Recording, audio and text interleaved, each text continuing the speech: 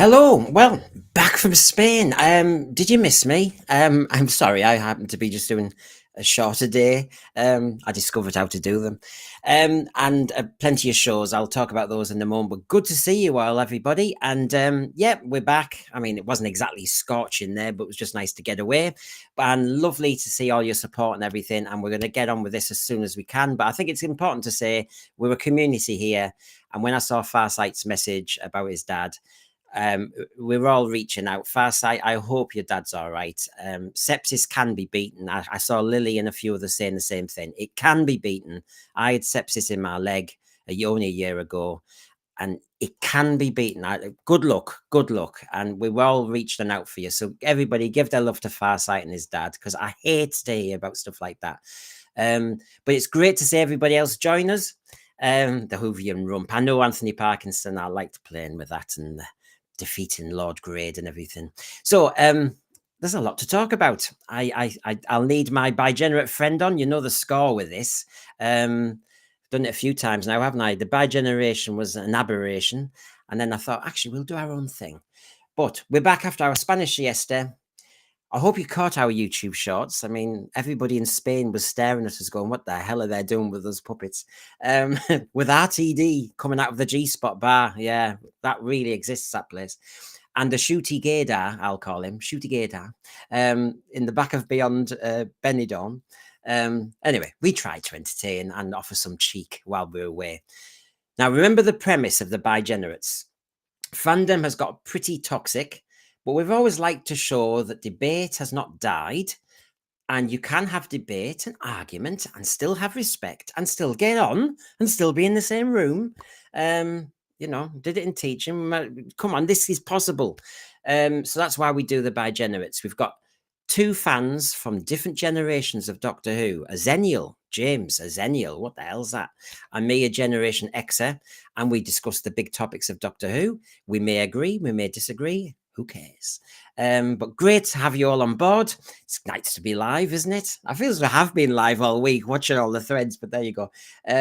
Anyway, let's get him on. He's been waiting. Good to see you, James. How are we doing? How are we doing? Well, I mean, I'm a short devil anyway, and I now know how to do shorts. A short man shorts. There you go. I'm up for this. Yeah. So you're recording them in Spain. So were you recording shorts while wearing shorts? We were wearing shorts, being short, making shorts. That's how we did it. Yeah. And were you doing shorts? And doing shorts. Yeah. I mean, it's just mad. So absolutely crazy. But it was really good fun. Now, if anybody, just so you know, that's what we're going to be talking about today. Doctor Who, crisis of confidence and identity, just where we stand in. We had the discussion about whether it'd been axed or not. Life has moved on. But lots of articles and discussions since then. And actually, just where do we all stand at the moment with all the bits and bobs we're hearing? Of course, Jodie Whittaker has appeared out the blue, promoting another show, but she's had a few things to say about the fans. And of course, I'm going to call it the Disney dilemma, because it's like playing Where's Wally? Where is Disney? Where are they? Shh. Where are they? nobody knows where they are. They seem to have gone missing in action. So that's what we're going to be discussing about today, me and James. But just before then, since this is my last vestige of the Spanish holiday, this was our exclusive regeneration of Shooty that we did in Spain. Here we go. I'm looking for Rogue. Oh, it's a lifeguard. That's going to be my next role. I need to be in the next Baywatch movie. Perhaps my next move should be strictly honey babes. Babes, my life is in jeopardy. I kissed him in the G-spot bar. Honey, he did not like it.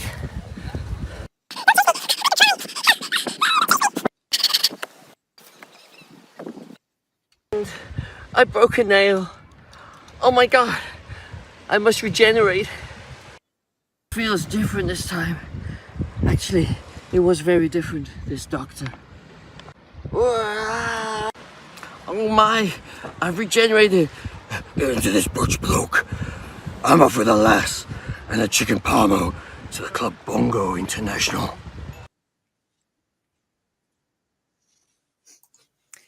Now, the club, have you heard of the Club Bongo International in Middlesbrough? It's famous.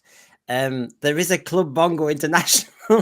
The joke is you need drugs to get in. But you know, they search you, and if you don't have anything, they don't let you in. No, but it's dead famous in Middlesbrough. And even Steph McGovern's mentioned it on on the BBC. And of course, we just thought that'd be a good bit of fun. So everybody, there you go. The Shooty Doctor. I've shown you. I wonder how truthful it is that the Shooty Doctor will regenerate once he's broke a nail and he has a panic attack. But there you go. So thank you for supporting them. I'm kind of trying to learn what we're doing. So James, I suppose we better get on with the action, eh? Yeah. I know. Just to remind everybody, that's what last week looked like when I was in Spain. Sontaran experiment, 3 lots of puppets there. The Celestial videotape engineer, Simon Anthony, worked at the BBC and worked on Kinder, 5 Doctors, etc., Earthshock. Great discussion with Hugh about the representation of mental health in Doctor Who and lunacy and madness. And of course, my RTD saloon special. That went down a treat. Now, first of all, James, let's get going. At half time in a women's football, or was it rugby? I think it was rugby now. England. I think it was the under 26 nations rugby. Yeah. England 31, Scotland 8 at half time. And suddenly they think that's a good time to advertise the new series of Doctor Who. What did you make of that? Very, very strange. But particularly like the way they did it. They just seemed to show like either the same or a very, very similar trailer to what they'd already shown, and the only difference is they've put in tiny little well, you put it up on the screen, they've put in tiny little letters at the bottom, Saturday the 12th of April iPlayer. Yeah. It's like it's not an announcement or anything. It's like they say, okay, we know nobody cares, but we better mention it's there. And the rugby as well seems a bit of a strange place to promote a science fiction program. Yeah, I won't fall into the geek thing. You know, everyone thinks we're all nerdy geeks who don't see the sun and stuff like that. But it you know, sport. And I'm a Middlesbrough fan. I watch football, so you know, I'm one of those where I can do both. But the thing is, it does seem to be a very strange thing. But I have to say, James, when Jodie Whittaker did that surprise appearance when she took her hood off, that was in the middle of Wimbledon. Yeah, and that made more sense really, because it was done as like a really, really big mysterious thing, and then the reveal on one of the most watched sports broadcasts on the planet. So you know that made sense. But this is like almost like they're trying to copy it, but they've got it wrong, which is kind of like the new show. It's like they're trying to copy Doctor Who and they've got it wrong. Well, you see, even at basic level, we learn through analytics who watches our little mini YouTube channels. And so you can start to pitch things. And I mean, to be honest, if I put RTD in the title, I mean, you're already on a winner. But I don't understand this marketing issue that they've gone for. I mean, some people were actually casting certain aspersions in the way they summed it up, saying rugby, women's rugby. Who the hell are we pitching this at? And then I want to bring in John Yulden. Hello. What have they done to the classic diamond logo? Now I heard different people, John and James, say they liked this, and then obviously there's other people going, well, and I'm obviously John's hinting at it. It doesn't look nice. I mean, we always seem to go pink and blue, don't we? I've noticed pink and blue come up a lot, and we all know what that means. What do you make of it, James? Or do you think, oh well, they're just playing around? Well, you've already touched on it. I was about to say it seems that they're trying to make everything to replicate the colours of a certain flag, but it just doesn't even look nice. It's like it's semi-translucent, and it looks like they're trying to make it look shiny, but they've just made it look dirty, like it needs a good polish. And where's the creativity? They're just again copying the past but getting it wrong. And my issue, I don't know what, like I said, we're different generations of Whovian, and I'll bring in the thread soon what they think. But okay, this could look very celestial. I'll be honest with you. If you look at the artistic impressions of space, you can have lots of the whites and the blues and the purples. I get it, but we also know there's an agenda in the BBC too. And I also know I've got my own agenda, which is go dark. I heard the Bergerac, there's a new series of Bergerac, and they're going to go dark, a bit like Bergen and some of those Scandinavian, detective shows. And I'm thinking, why can't Doctor Who market itself dark and make itself look really gritty? To me, this is, I'll be honest with you, apart from what we think it links to a flag, on marketing, that colour and that colouring, what would it tell you the series is about? Would it make it say it's comical, light, dark, serious, gritty? What would you be thinking? It doesn't make me think anything. It's just meh. Okay, there's a program called Doctor Who. It's probably not Doctor Who because they just put no effort into it. There we go. Sadako's got one there. It's like they've poured Vimto over the logo. Yeah. And we are getting to a point when I feel as though we're playing around at the edges. I think this is classic RTD. Play around with the edges, colorings, and all the rest of it. But the substance is what's going to sell the series. And whether that's red, blue, pink, whatever, for a fact. Yeah, we can all talk about it, but what's the program like, RTD? Have you improved it? Have you made it substantial? Have you made it sellable? Or have you made it embarrassing? And the pitching is weird. And the other thing, James, and we're going to mention Disney today, but where's Disney in all this announcement?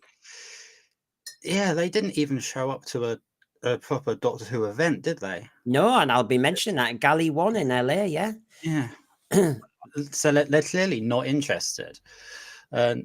If they were gonna green light a third series, then they would have been there to promote the second series. I know they've made some pretty bizarre decisions themselves over the last few years, particularly revolving Snow White, but yes. At least they're trying to promote that, even though it's clearly going to be dreadful. At least they're trying. And as we'll say today, we're only halfway through this 26 episode deal. So Disney has invested, and it is their brand now as well for another 50%. So why are they not there?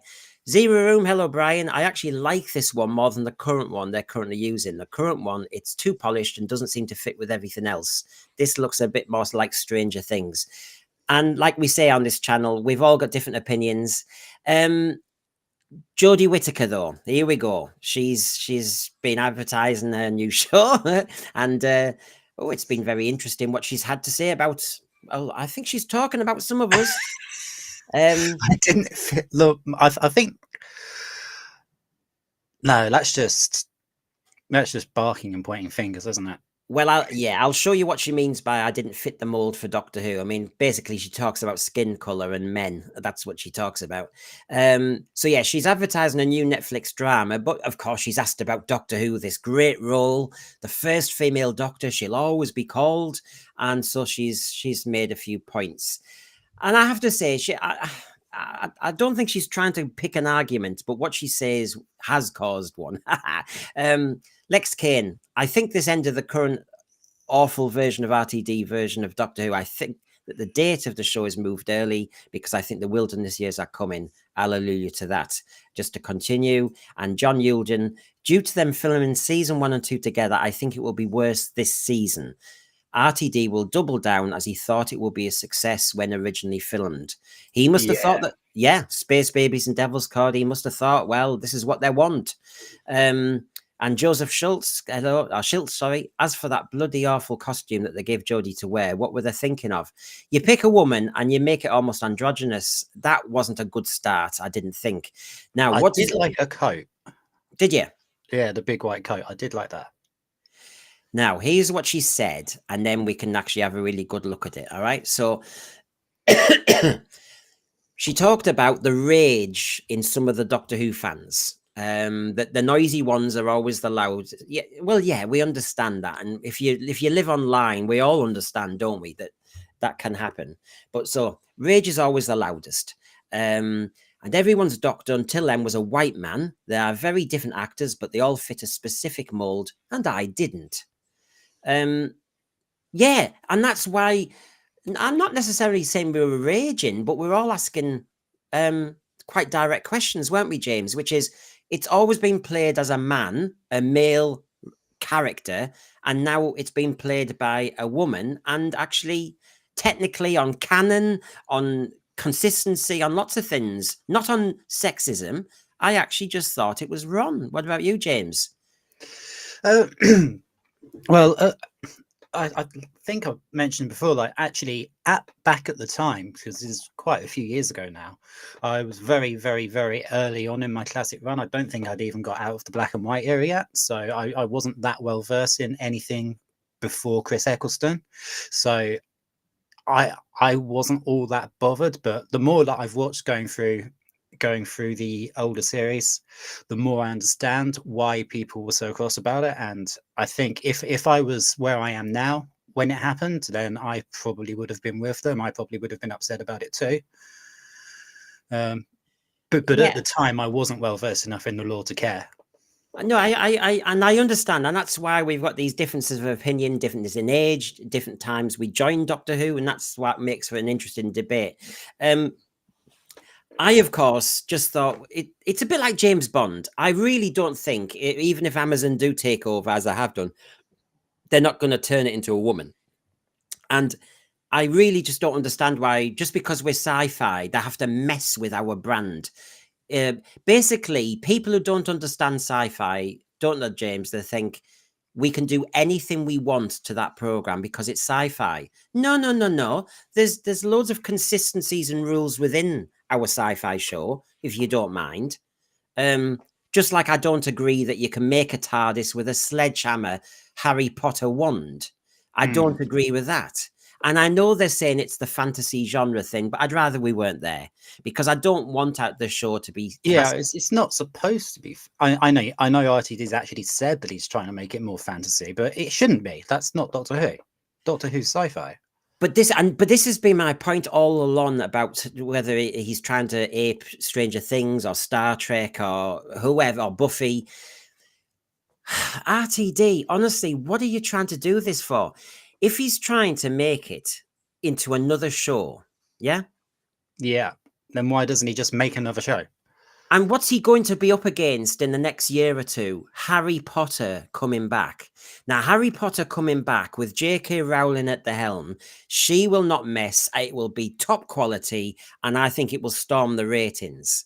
Yeah. And she wrote it as a fantasy, so hello, she's in her ballpark, and she'll do as well as she did with the novels. And why is Doctor Who then going, right, we're up against Harry Potter in the future, so what we'll do is we'll try and do Harry Potter light? No, you'll get absolutely marmalized. That's play to your strengths. Do not show weakness. Harry Potter can be this great fantasy brand, and everybody, if you want to watch fantasy on TV in the future, you'll all go to that, won't you? Let's be honest, blooming heck. All the money spent on it, and with the writer back at the helm. And if you want your sci-fi, you go to Doctor Who, is the hope. Not Yeah, I mean, Doctor Who suffered even worse than Star Trek and Star Wars. No, and when I've heard people say that who are really up on all the sci-fi franchises, I'm gutted, because the one I have more skin in the game is Doctor Who. And Yeah. why is it been this one that's been butchered and damaged the most? That's what hurts me. I mean, there's not much in it. Star Wars is completely ruined, and Star Trek is completely ruined, but Doctor Who is even more ruined. Yeah. Now, it's funny because Lex Kane I was looking for the quote. I've got it. After 240 shows, I can't find my quote, but we all know it. When Peter Davison mentioned, when Jodie got the job, he said he felt sorry for the boy side of fandom not having a role model. And to be quite honest, although things have balanced up a bit more over time, sci-fi was seen as a more of a male kind of loner thing in the, I mean, it was, I have to say. And I have to say, when I taught sci-fi, as well as all the other genres, it tends still to be the lads mostly who are into that more. I mean, that's just as it seems to be. I can't change that. I wanted to change that, but that just seems to be the way it is. So Peter Davison says a kind of version of that, which is, if you've got lads reading, and hello, you know what I used to do, getting lads reading is really hard. And once you've got lads into it by reading thrillers or sci-fi, which is how I got into it, don't completely change the situation, because you're going to lose them again. They do need role models. They do. Anyway, so she says she changed the mold, and that's what's been the problem. But it was more than that. People were angry, and people were being direct, because it completely changed what Doctor Who had been. And you could see there was an agenda. It's not a point about being sexist or not. It's a point about saying you've just changed the show. Yeah. To be fair, I didn't think the first episode was too bad, like the very first episode, but it fell downhill very, very quickly after that. Yeah. Well, what about this, James? I'll go big again, because obviously she said a lot more. She compared herself. Now she's just saying, if Peter Capaldi hadn't been good at as the Doctor, it would only have reflected on him. Whereas I felt that if I wasn't very good at this, I'd have mucked up for other actors. I think it's completely unacceptable if that was the case, but that's how I felt. But this is, to be fair to Jodie, she's just being honest and explaining herself. And I think that's all that's going on in that respect. But she's then she's making this bigger point, which I don't think has to be made, because I'm trying to say I'm not being sexist just because I don't want the Doctor, who was always male, to suddenly change canon and change law. But that does sound a little bit strange, doesn't it? Because suddenly you're saying, well, the male actors never had this as an issue. Well, I'm sorry, tell Colin Baker that. Colin Baker was blamed by, Michael Grade and that, because they didn't get rid of Doctor Who. They just got rid of him. So they were basically blaming Colin Baker. Sorry, Jodie, it has happened to male actors. You're wrong there. This is what I mean. Act. Don't do speeches. We've seen the BAFTAs. Don't do speeches. Don't. It gets them into trouble. I've nothing to go. I'm not against Jodie Whittaker, but when you say silly things, I'm sorry, but you're gonna say, well, that's silly. Yeah, so it can't just be that they made a product, people didn't like it. Oh well. Everything now has to be a reason. Everything has to be an ist or an ism. It can't just be, oh, I didn't happen to like that. Oh no, you didn't like that because you're this, because you're that. And it's just childish, and it does really annoy me. And it's that word that I'd never heard, to be honest, but it's been introduced not long ago. It's reductive. It reduces and simplifies every argument to a ridiculous point. And it's untrue. Colin Baker was blamed, as in unfairly, by the BBC executives because it was only him that they got rid of and they kept the series. Why did they have that hiatus, actually? 1985, late February, wasn't it? February the 26th. And we're going to, well, in the end, it was a hiatus, but we'll come back and we'll give it a trial and then we'll get Sylvester. I mean, Colin Baker was blamed. I really just don't understand why she gone for number one in the first paragraph. Why is she gone for skin color? I mean, I'm sorry, but the program was made in the 60s, then the 70s. If you looked at the blooming socio-economic, ethnic profile of the country, the demographic profile, then it was just reflecting the country. Jodie, don't be silly. And then the second down the street. Yeah. And then the second paragraph is basically saying that she had more pressure on her because she was the first female doctor, and Peter Capaldi and others wouldn't have had.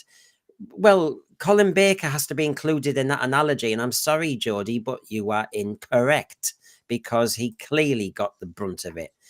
This is what I mean. Anyway, she goes on, James. She goes on.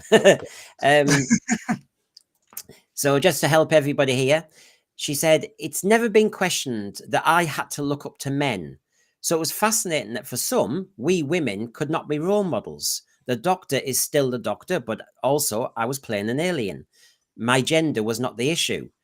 Now, you know, Peter Davison, bless him, as Lex Kane said, it was picked up on just a very, it's a comment I agreed with because, like I said, I've been teaching lads and trying to encourage lads to read, and it's a hard game. And sci-fi was one of those that sometimes got them in. And changing the main characters to women suddenly makes it harder. I'm sorry. So, but this role model thing, James, now you're a different age group to me. Whatever you read or watched when you were smaller, I never wanted to see me on TV. I just wanted good TV and good stories. I wasn't looking for me. Yeah, I mean, you can see yourself in a mirror. You don't need to see yourself on the TV. But it's like this whole representation thing. It's like, why? Like, why can't we just? You don't have to look like a character to identify with that character. That is what I'm trying to say. Like, for example, one of my favorite shows was Buffy, and you know, she doesn't look anything like me. So there's that. You're very right, James, on that, because it's a superficial judgment that we have. Society is getting silly on this one.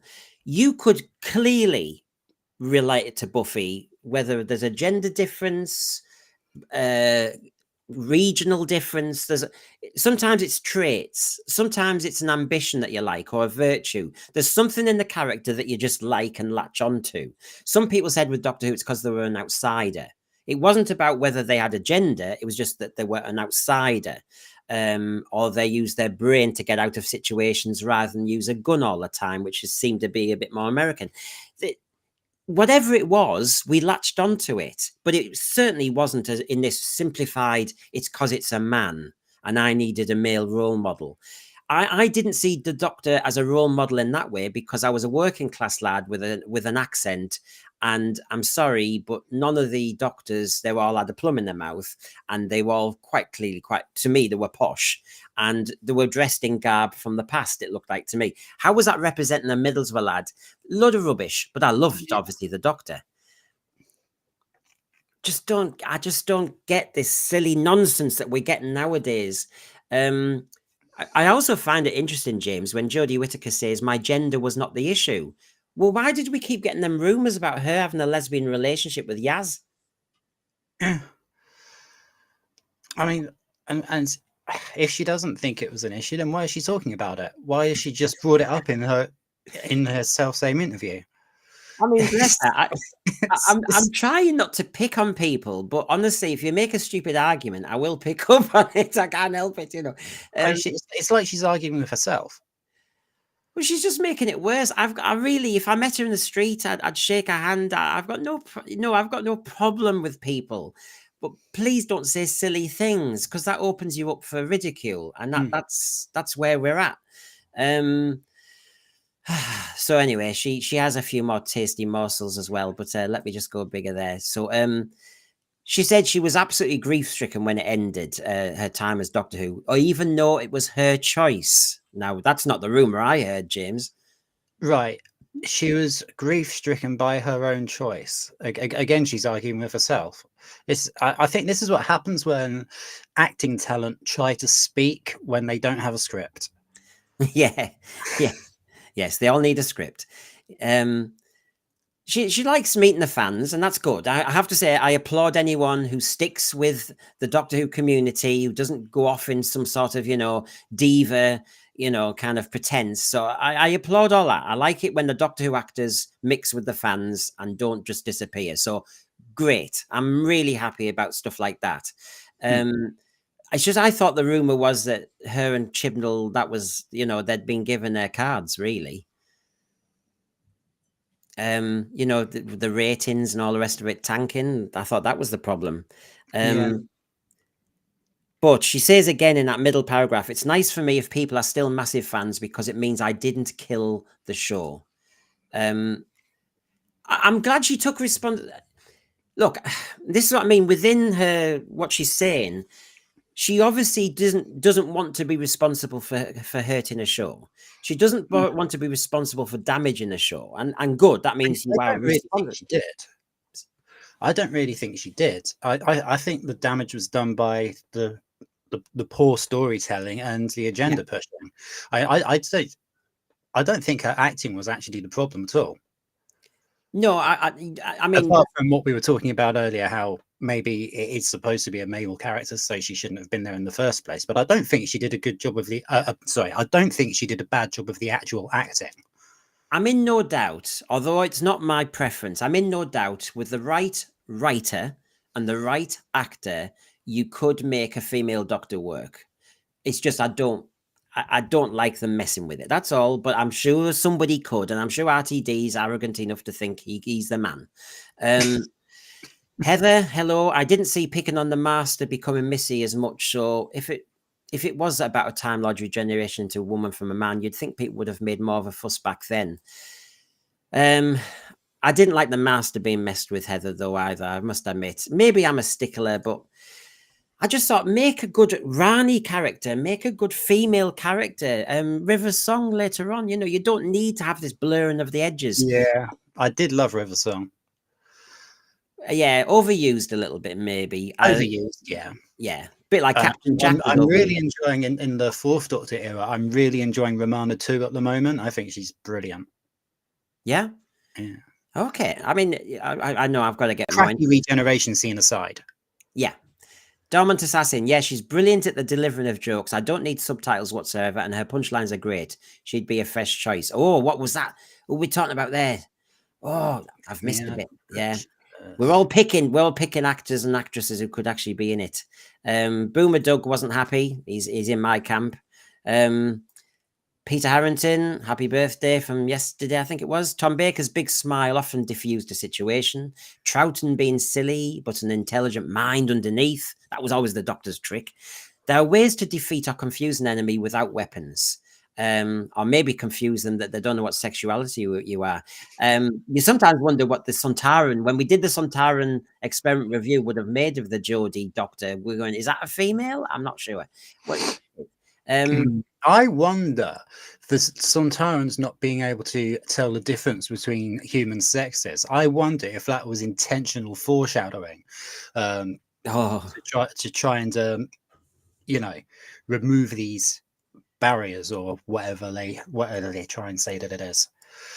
I wonder if they did that on purpose, so it was like less of, or trying to make it less of an issue for the lead characters to suddenly change sex. There's some stupid agendas going on. I don't know if it was that early, because for years you just accepted that we all bring something to the game, but it's not necessarily about our agenda. It's about us. And yes, the gender and certain traits will come on top of that. They're always at the end. But I just think we've really made this into such a kind of This is like the battle with Billie Jean King and everything. It's like the battle of the sexes all over again. It's gone really silly. Problem being, hello, there was no creative reason for gender swapping the Doctor. I agree. Well, sorry, Lee. It was fun for Chris Chibnall to say he was the first. Remember, Lee, you know this. When you're a showrunner, when you're in the media world, when somebody else has invented something ahead of you, how can you make a name for yourself? Because it is all about ego and reputation. Be the first. So we've had all these male doctors, and it was riding quite happily. And Chris Chibnall's going, well, how can I be special? How can I be noticed? I'll be the first to do this. Did he have a great storyline for a first female doctor? No. Did he have great stories? No. Did he pick the right actor really for it? I think not. So he ruined it. A great opportunity for him, not me. So yeah, and I know what you're saying, Lee, but it's all about ego, and you know that. It was purely political motivated. It could be political. I have to say that could be part of the intent. But come on, Lee, it's also so much of their ego. They love their egos in the media. Yeah, it's like Chibnall and then RTD too. They seem to have lost sight of the facts. That it's not their show. They're the custodian of the show. They're the custodian of the franchise. It doesn't belong to them, and they treat it like it's something that they came up with. What was it RTD said when he was brushing his teeth or whatever? I think he said brushing his teeth. Yes, he said when he's brushing his teeth. I think it was one of my early shorts when I learned how to do shorts. He was talking about when he's brushing his teeth in the morning, he gets ideas. And I dumbed it down to, brushing your teeth. It gives him an idea for a TV show. Mind you, what was that character called with all the teeth in Jodie's era? So maybe... Tim Shaw after the guy on Car SOS. Zero Room. Despite Lalla Ward's blonde and fancy look, she was a force to be reckoned with. Oh, God, she had an attitude on her, didn't she? Her acting range was she's absolutely brilliant. Yeah, she was the noblest Romana of them all. I'm towards the end of the fourth Doctor era in my classic run, and she is my favourite companion so far. Really? Absolutely, hands down. I was a bit, just like some people talk about the Jodie costume. They are costumes now, sadly. The Romana costume in City of Death and one or two others. As a teacher, I did think, where are we going with this? Because we're kind of making her like a little girl, schoolgirl look. And I that was a bit strange for this intelligent Gallifreyan time lady. And that was what I was confused by there slightly. I love the way that she's like at least equally as smart as the Doctor. But I liked Mary Tam as well. I thought Mary Tam was really good up against Tom Baker. She was good, but I think Lalla Ward's one was better. Okay, but I like both of them. We as Whovians across the generations will have to just differ. I'm a Mary Tam. You're a Lalla Ward. There you go. Yeah, I remember having a similar conversation with somebody in chat. I think it was probably on your stream, and we had to come to the same conclusion. I can't remember who it was, but the other person was more of a Mary Tam fan. So yeah you're clearly not alone, and I'm also clearly not alone. It was just she was in the Odessa File and one or two movies, and she had the. I mean, very, very beautiful, and she was also, remember Middlesbrough Lad, she sounded so posh up against Tom Baker, and I thought, oh yeah, that's a test of equals. But anyway, that's by the by. So Jodie Whittaker was the first. Well done, Chris Chibnall. Well done. You'll go down in television history for tanking a show. Sorry, yes. So there we go. Jodie Whittaker has spoken up on behalf of her new show, mentioning her old show. And it's not about gender, and she broke the mold. And before then, it was just crusty men, and Peter Davison should stay in his... Yeah, I know. We've been there. Now, my other one to talk about was, of course, the Disney factor. Because, of course, when we mentioned that they weren't at LA, Julie Gardner now lives in LA. And she says it's her relationship with Disney. One of her main roles as executive producer is to be working with Disney. And I find it fascinating that in their home base in LA, there was no sign of Disney. And Disney, no sign in the trailer. Disney, no sign in the announcement of the new season. Just shh. Why have they gone quiet when it's still their brand at the moment? So I was interested in what Julie Gardner had to say here. So she'd given an interview at Galley One, actually, because they weren't there. I live in America now, and so I look after mostly the Disney relationship, and they are fantastic to us. You know what was so good right from the beginning was they understood the show. Oh, they wanted what the BBC show was. They weren't coming on board to make it something else, which is always a fear when you have a meaningful big. I bet it is actually, but they were really interested in what the show was, had been, and the legacy of it. So I know everybody does a PR spin on everything, but you get the impression, James, if you took her at her word, that actually the problem has therefore been, hello, RTD, and not Disney's interference. Well, I can only agree. If Disney wanted Who how it was, then that's not what they've been given. They've been Ferengi'd. What is it? Never be afraid to mislabel a product. If that's what Disney were expecting, then it was a bait and switch. And well, this is what James. This is what's fascinating. If that's the case, so we'll take Julie Gardner at her word. I haven't got an axe to grind with Julie Gardner. So Julie Gardner says this. I know she'll put a tiny bit of spin on everything because the media do. But if she says that Disney were interested in Doctor Who as Doctor Who always had been, then RTD has come in and completely shifted the gear and got it completely wrong. And just like my show the other night about all these mistakes, that is a cock up. If he has decided and outguessed Disney, thinking, right, we've got Disney as a co-production partner, so I need to Disneyfy Doctor Who to keep them sweet, and they're thinking, no, don't do that.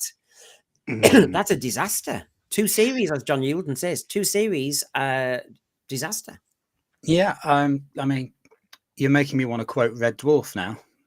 He flamingoed up. It's like a cock up, only much, much bigger. Yeah. Well, but this is when you need somebody to question you, because if Julie Gardner is the one who's working closely with Disney, and Julie Gardner used to question RTD in the first era, oh God, I wish she wasn't in LA and she was sat next to him at a desk in Cardiff to say, you do realize they don't want a gay agenda, and they don't want this, and they don't want that, and Doctor Who was never this, because something's gone wrong in communication.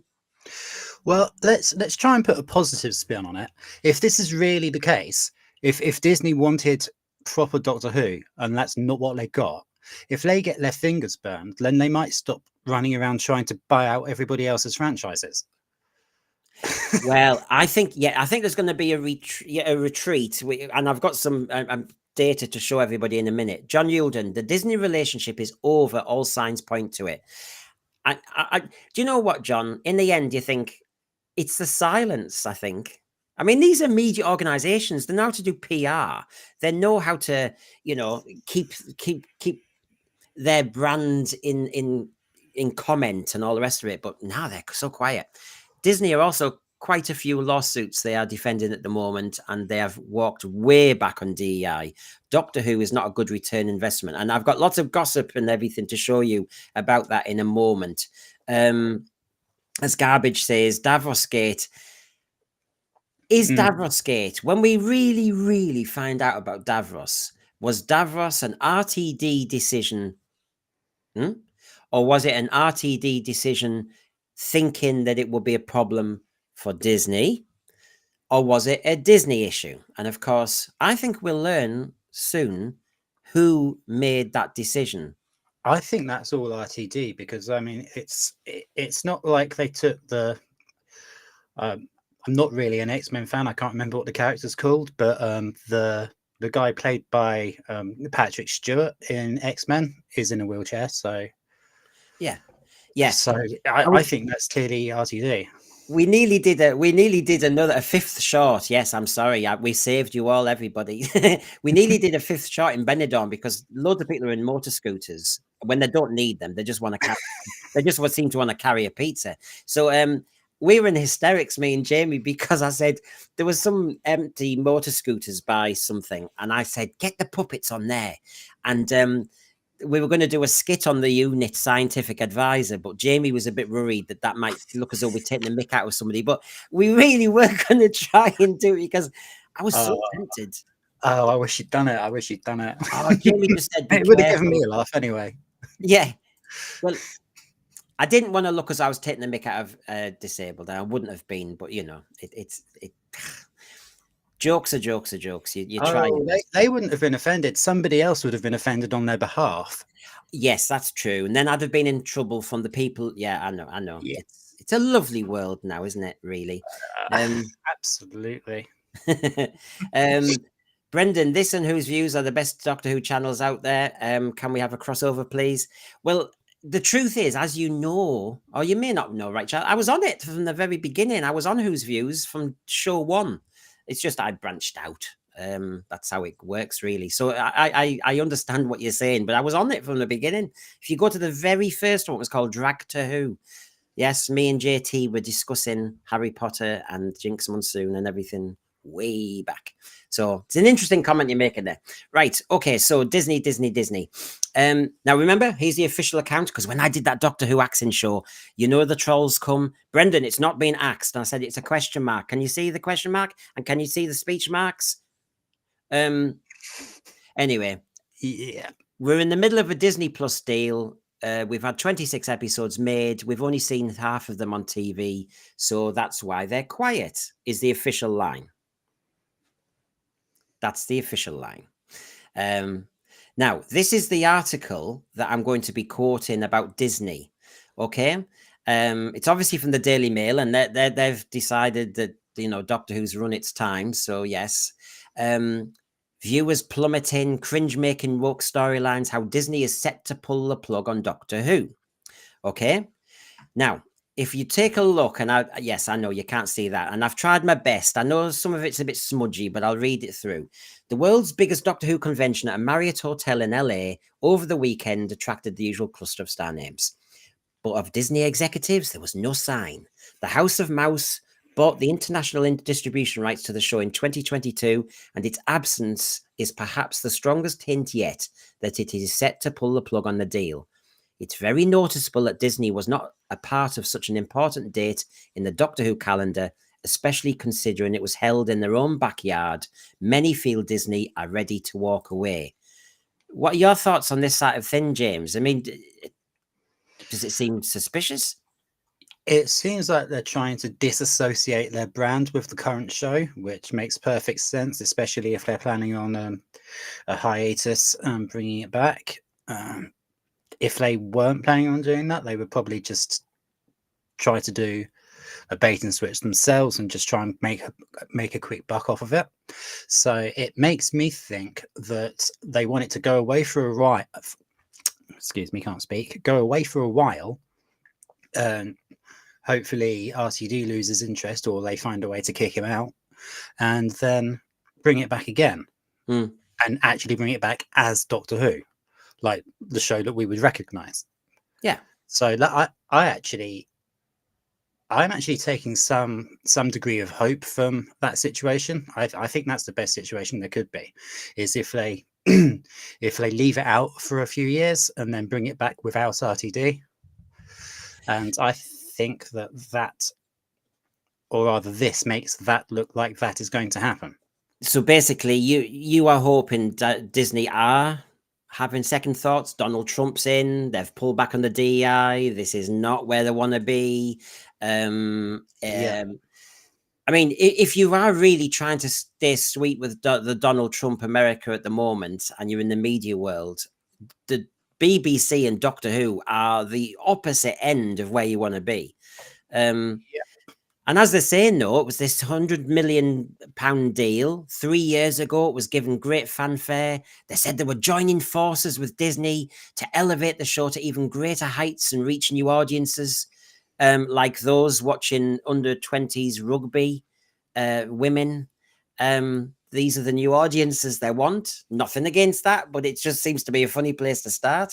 I think their ambition 3 years ago and Rtd's writing and production have not matched, and that's why we've got this, I'll call it creative tension. Yeah, that I really can't find anything to disagree with there. Don't worry, we'll carry on. Dom and Assassin. Brendan, what would you do if you were showrunner? You have a season. Oh, hello. Yeah, if you had a season of a showrunner, you have a season with Shooty and one after.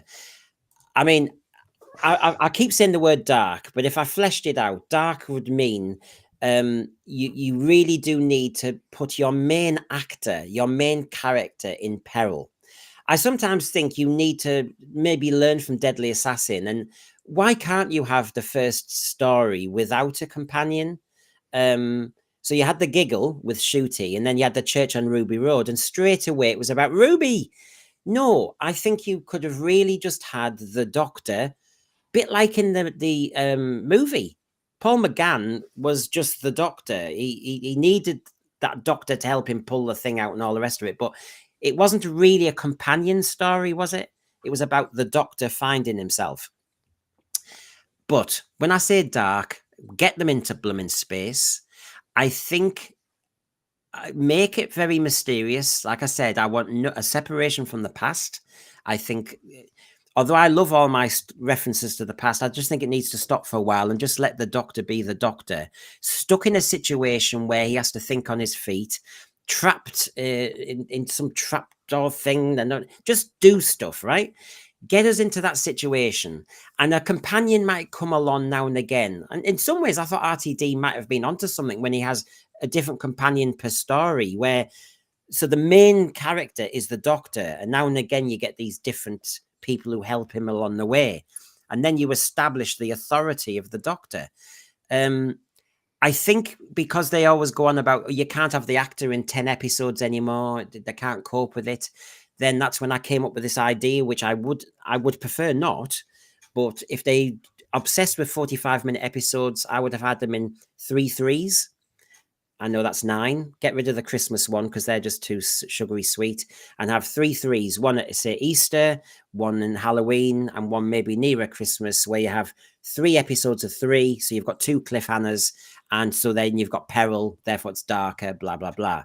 The other version I would say is, can we have a 16-episode season of half hours? That's what I'd be saying straight away, Dormant Assassin. James, do you like any of those ideas so far? I might even go even shorter, maybe like 20-minute episodes. I would, what I would do is have it on a much lower budget, like, you know, none of all the spit and polish and everything. Yeah, you know, it would actually end up looking like it was made in the 90s. And you know, just short, like say 25-minute episodes, but they're in a serial like the old stuff. And you know, spend more time thinking about the character, the plot. You know, don't give them all these marvelous flashy toys. Make them actually act. Yeah. They're supposed to be professionals. Make them act. And they're supposed to be writers. Make them write. Don't give them all this and flashy and bluff. I like to see the psychology of it. The Doctor could sometimes be in a situation where he pretended he knew something or could work something out, and it was just bluff. And that's a great skill to teach kids. Bluff, playing playing poker, learning how to negotiate, learning with a poor set of cards how to get out. Like when 9 rescues Rose from the Daleks. Yeah. You know, you have no plan. Yeah. And doesn't that just scare you to death? Big grin. Yeah. I mean, I know it was high drama, and I liked it the first time, but I get what your point is. It's just that when you actually watch the second episode of that, he didn't have a plan, and actually, he had no way he was going to say it was. I remember the only thing about that I, in the end, didn't like, is how did the TARDIS land around her? Because we've never really been doing that before, have we? That suddenly the TARDIS materializes around you, and then it has a force field, so he comes outside and can do his big act. None of this was before. I mean, as you know, my famous Planet of the Spiders, Planet of the Daleks. When he comes out of the TARDIS, he's in danger straight away. Joe Grant is in danger straight away. No force field. That's a load of nonsense. Stop this hocus pocus stuff. They're in danger immediately. Now, C is asking me, well, who would you cast as well?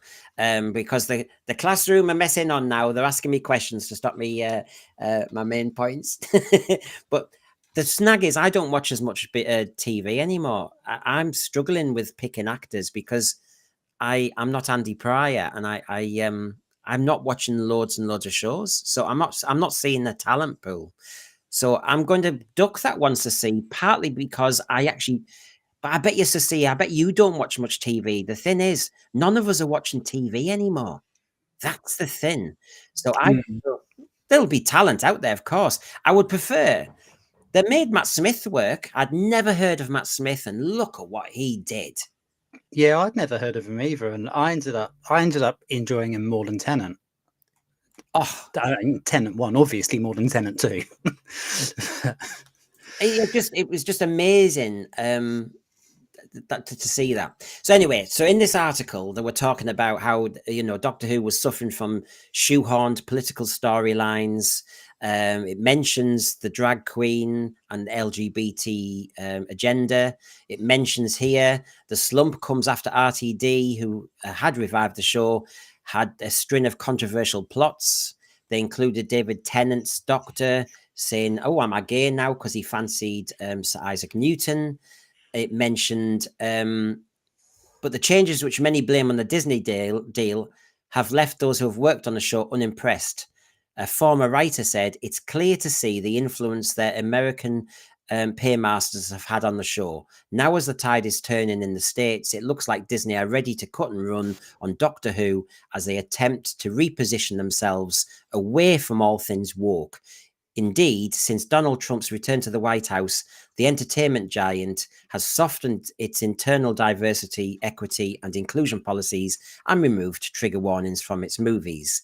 But Disney are remaining irritatingly tight-lipped about the future of the deal with the BBC, and that is really causing them consternation. But as I've said all along, James, this is also called bluff and poker. Let's be honest, the Disney could be going, "Hey, we're only halfway through this broadcasting. We don't have to reveal our hand now. We don't have to agree on anything. Let's just see how the ratings are. Let's see if the public do warm to Shooty.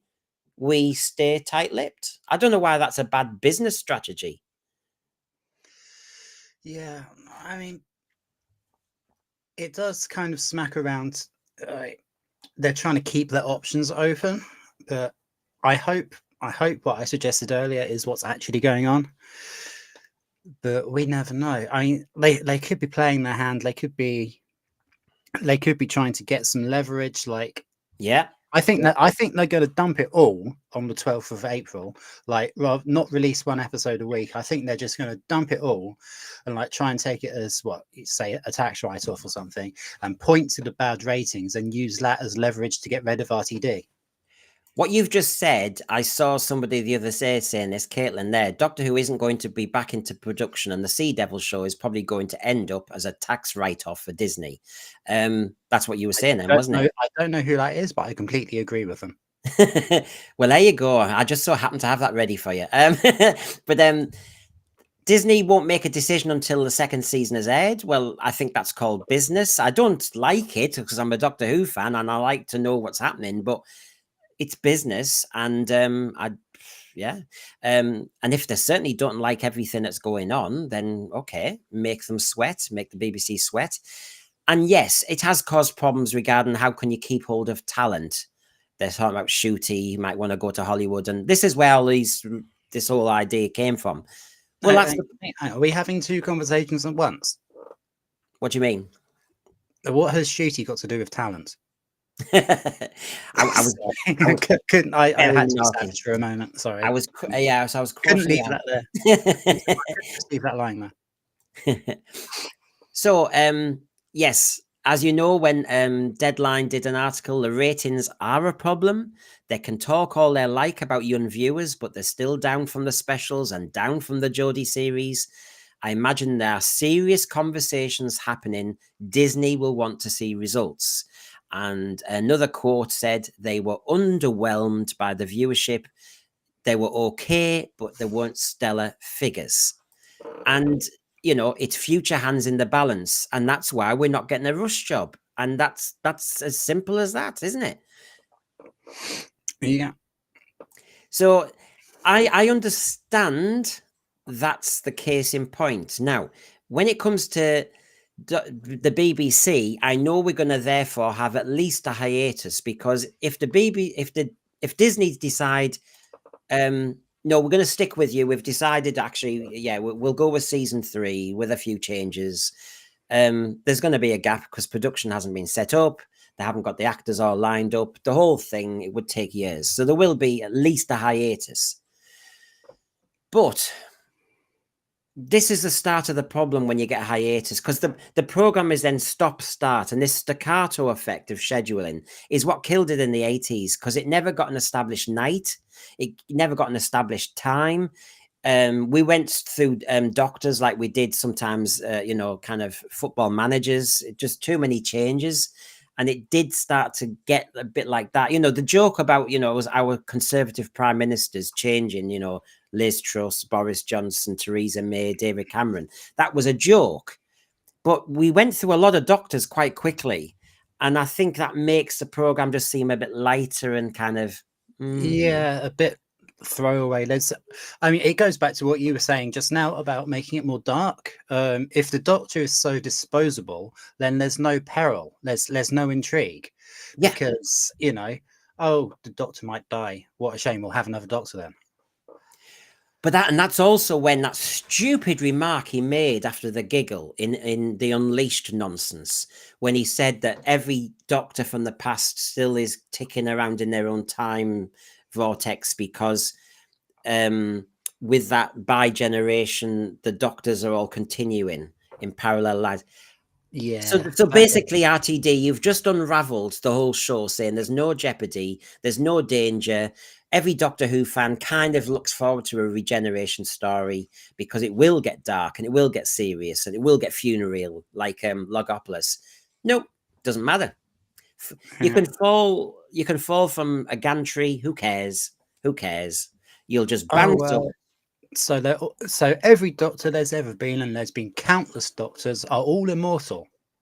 Yeah. Oh yeah. Space Jesus. This is the problem. I know you're a real teacher. I've never actually been a teacher, but I am in charge of staff training at a job, so I do kind of teach. But if I was teaching a 12-year-old and they wrote that, I would tell them it was rubbish and go and start again. If a 7-year-old wrote that, I would tell them it was rubbish and go and start again. If my kid wrote that, I would tell them it was rubbish and go and start again. The joke is, when you're teaching kids and you try and force them to do the most, come on, we're all human beings. Who wants to do a redraft? Nobody likes to be told to redraft. It's killer, it's boring, it's dull.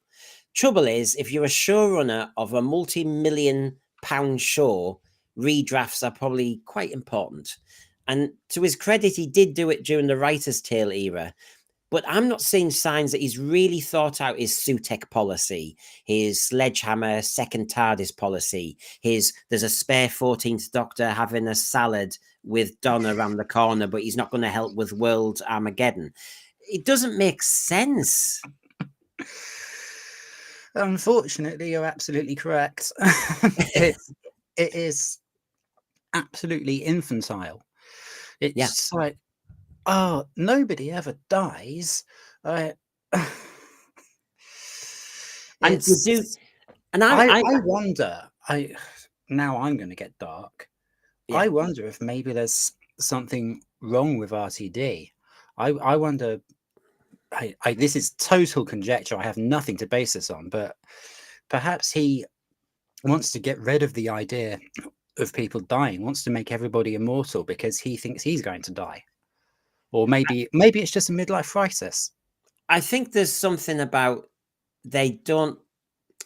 What made Doctor Who famous? They don't want to go there. I think it's all about safe spaces. I think the BBC and all these media companies, they don't like to hear one negative. You know, you might have millions watching, but one blemish. It's a bit like TripAdvisor. One complaint and nobody goes to that hotel. You know, that kind of. I think the BBC have become very thin-skinned with this, whereas they used to kind of.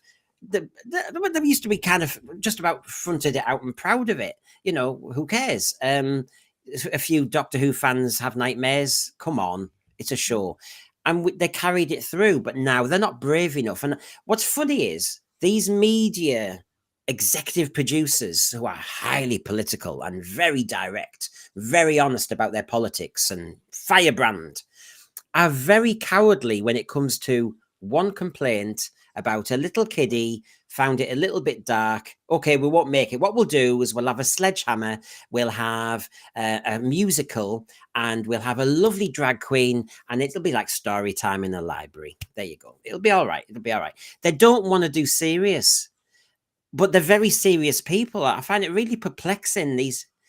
But you know what? I keep coming back to this, James. It feels to me that the people making Doctor Who at the moment are bored with Doctor Who, so they're trying to change it into something completely different. Yeah. I think we want to have a little look at the thread for a bit because a lot of people are saying things that I quite strongly agree with. Darren Bradley, a break of 4 to 6 years. Yeah. Some of us are dead old, though. I know, I agree. Positivity from Sardok. Yeah. Yeah, so see, Not allowed to criticize anything. Something very wrong with RTD on a spiritual level. Yeah. That's well, Daleks are forever. Yeah. I know. We're among like-minded people. We are. So see, Brendan, do you like my idea that the Doctor died when Capaldi regenerated and uploaded his soul to the Matrix on Gallifrey? I was one of those to see who didn't... I always quote the Dallas Bobby Ewan shower moment. The reason is, having watched a whole 20-odd episodes of Dallas, to then for the story writers to go, we've got Patrick Duffy back. And so everything that happened in that whole series doesn't count now. That just undermined the whole basis of the show, and it never recovered. And I'm the same with Doctor Who. I'm aware of that. So basically, I always tried to stop. Yes, after Capaldi, we had Jodie Whittaker. It happened. The Timeless Children happened. I can't deny it. And I can't unsee it. I've seen it now. So the point is, I never wanted to say I want to... But you'll have seen me recently. I think even when we did the Doctor Who Axin episode only a week ago, and I started saying, I wonder if we need to cauterize, amputate parts of Doctor Who now, because it's... And I have to say, I'm almost getting to the point. I don't think it was the Chibnall era that's done the most damage. I actually think if you ignored the Timeless Children as some sort of bad dream, eventually you could just say it was a master lie or something. But well, if we can ignore the Doctor being half human on his mother's side, then why can't we ignore that? Yeah, but it is starting to get to the point where there's so much damage that you're going to have to amputate, and that's the problem. But yeah, I mean the thread's coming up with loads of ideas, and I'm trying to just keep up with them. I'll try and get you all in, folks. I'm trying my best. Yeah, I know. Let's have a look. Let's see if we can get a taste of a few of them. Rob Alexander. You with us on casting. The potential actors we would cast are all about 50 to 70. The Doctor should be played by a 40-something, so any actors born after 1980 would fit the frame. The trouble is, when they had Peter Capaldi, suddenly they said that people couldn't cope with an older Doctor, and you thought, oh, well, we need to get over that. In the street. But this is what I mean. Stop it. The BBC have a problem with older actors. Let's be honest. They get rid of a country file, older female. They get rid of Sue Barker on Question of Sport. Or the BBC have an issue with an older woman. Age to the BBC is a major problem. So I find it fascinating that suddenly Peter Capaldi's seen as too old. And you're thinking, do you know what? It's out of order. It really is out of order. If people are not watching the show because of that, isn't that the same as saying go and touch grass? That if you don't like watching an older Doctor, the show's not for you. Bye-bye. But it's completely untrue as well, because I was living in Reading at the time, and I was in a band that was quite present on the Reading music scene. So I was with a lot of like-minded people, and everybody loved Peter Capaldi as the Doctor. They just said that the stories were too complicated, and it got irritating that everything got compressed towards the end of the episode. Yeah. Like fans, male and female, really, really liked him. Oh yeah, yeah. I mean, I thought he was excellent myself. And he was evoking a lot of Pertwee with his costume. It was fantastic. Geraint Williams, I've seen a theory elsewhere that they go back to the 14th as a reset. Yes, we've heard that, haven't we? Then you have a popular actor back again. The trouble is, they were saying this. I actually didn't put it up as a slide, Geraint, because you think, oh, I'm not even, do you know, I don't think I can entertain the thought that if Shooty leaves, we'll have David Tennant back again. No, David Tennant's been overused for good or bad. I'm sorry that bolt's been shot. You can't do that again. No, I'd be bored if we got the David Tennant 10th and 14th part 2. James, would you be bored? Yes. Yes. It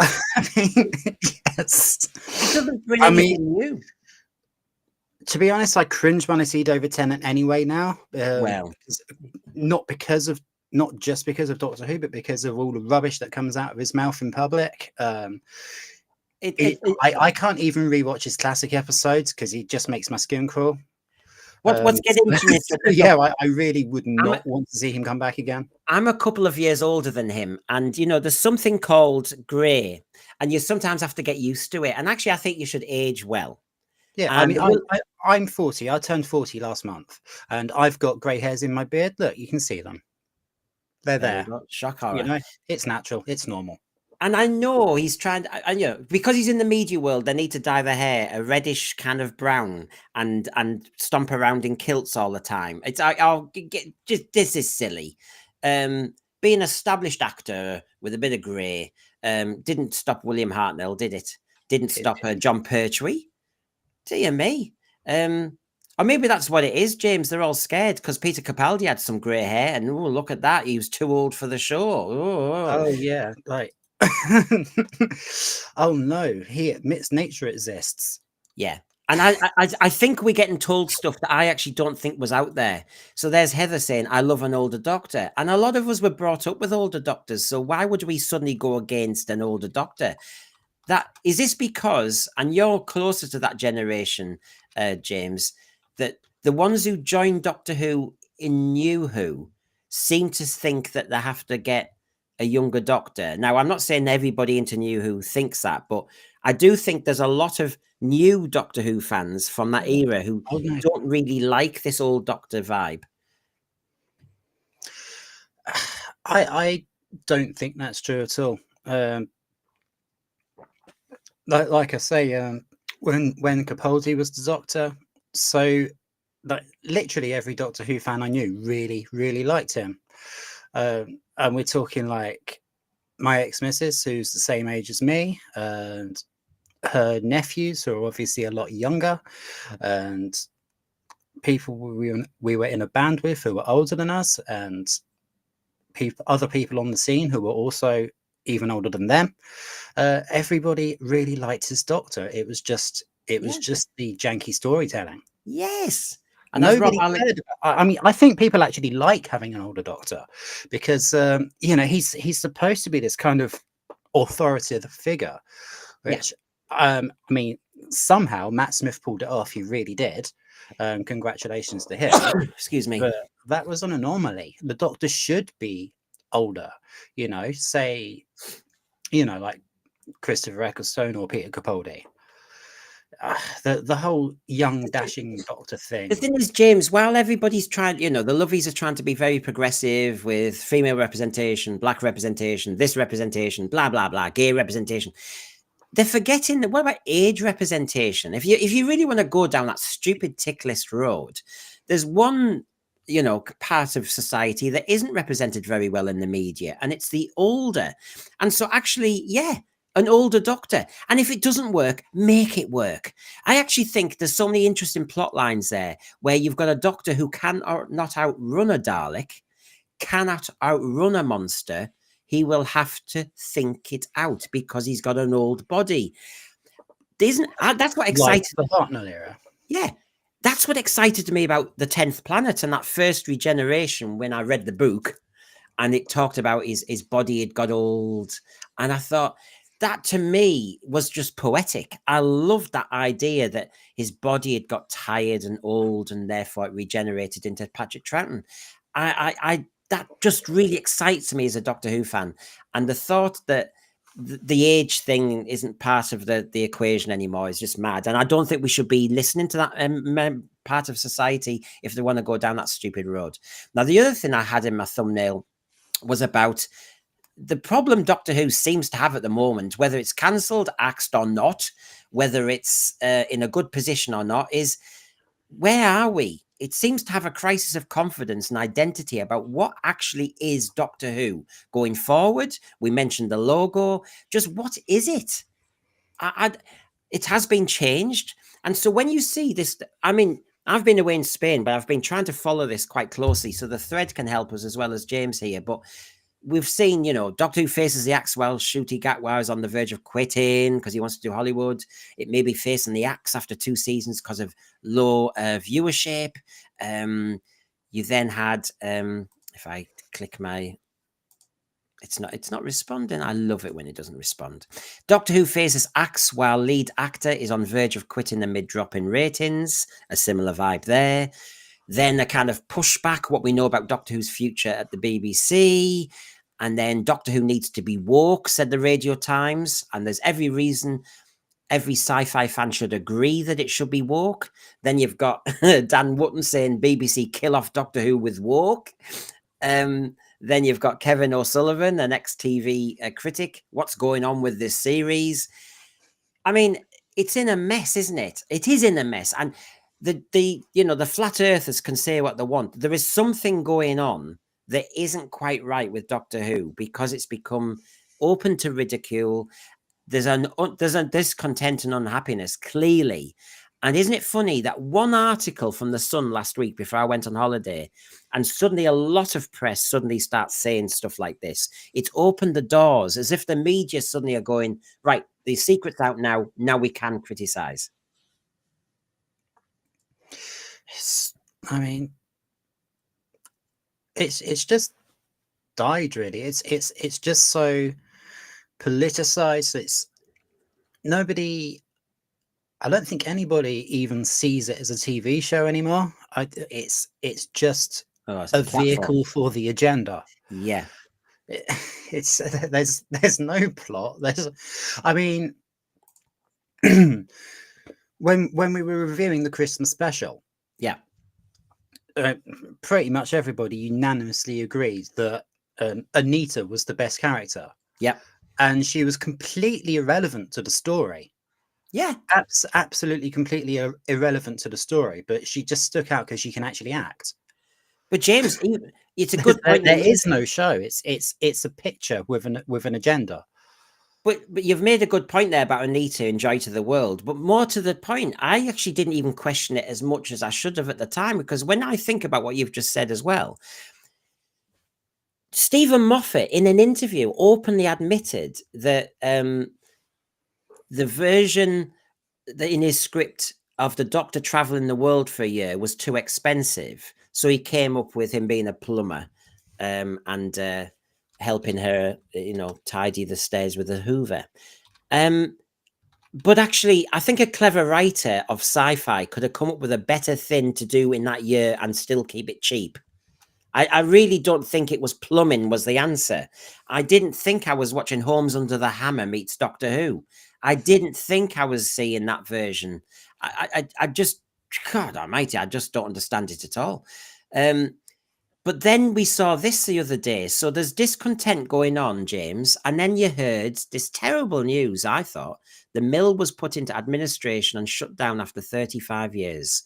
They are the company responsible for the visual effects of around 150 episodes of Doctor Who, Sarah Jane Adventures, and Torchwood. I also, and this is from this lad, I also lost my job after nearly 2 years of working at the mill as a compositor today. Devastated.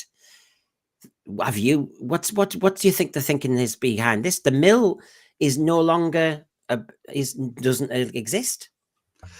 Well, I mean, I feel for the poor dude who lost his job. Yeah, but 35 years, it's not enough to make it a classic. It's not enough to make it an institution. It's not a tragedy or anything. It's unfortunate for the people who lost their jobs, and that's it. But does it mean that Doctor Who is falling into a hiatus, and certain shows that have heavily leaned on it for commissioning are having to do something else instead?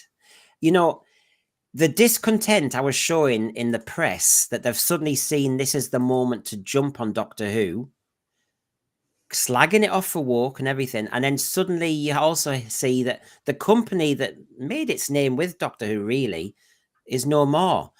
Do you join the dots and think, well, there's a problem here with Doctor Who, and there's a problem that actually there's an awful lot of people losing jobs? And remember that Sun article that a lot of people have poo-pooed as completely untrue.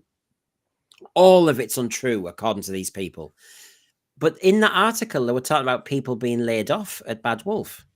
So, well, I mean, I don't think that's a bad thing. I think Bad Wolf are the problem. I think we'd probably we would probably be getting better or something more closely approximating Doctor Who if it was just Disney, because Bad Wolf is just Rtd's thing, which is a shame, because I loved like the early trope in the first few series from 2005 onwards, like the Bad Wolf that turned out to be Rose, and that was a really, really cool story. I thought it kind of it grabbed me, it got me interested, and I always like think of that TARDIS with Bad Wolf spray painted on it and graffiti. Nearly saying here, handy Andy for the Doctor. I know when I'm making these references. Oh no! No. Nearly saying you've got to get rid of it. Nearly said how sexist. He never. Charlie Dimmock. You need Charlie Dimmock as the new Doctor, because that seems to be the thing. She'd make a water feature. That's what she did. A water feature. A celestial water feature. Farsight's back. I'm hoping everything's okay. We're sending all our best wishes to your good old dad. Yeah, I hope your dad's okay, dude.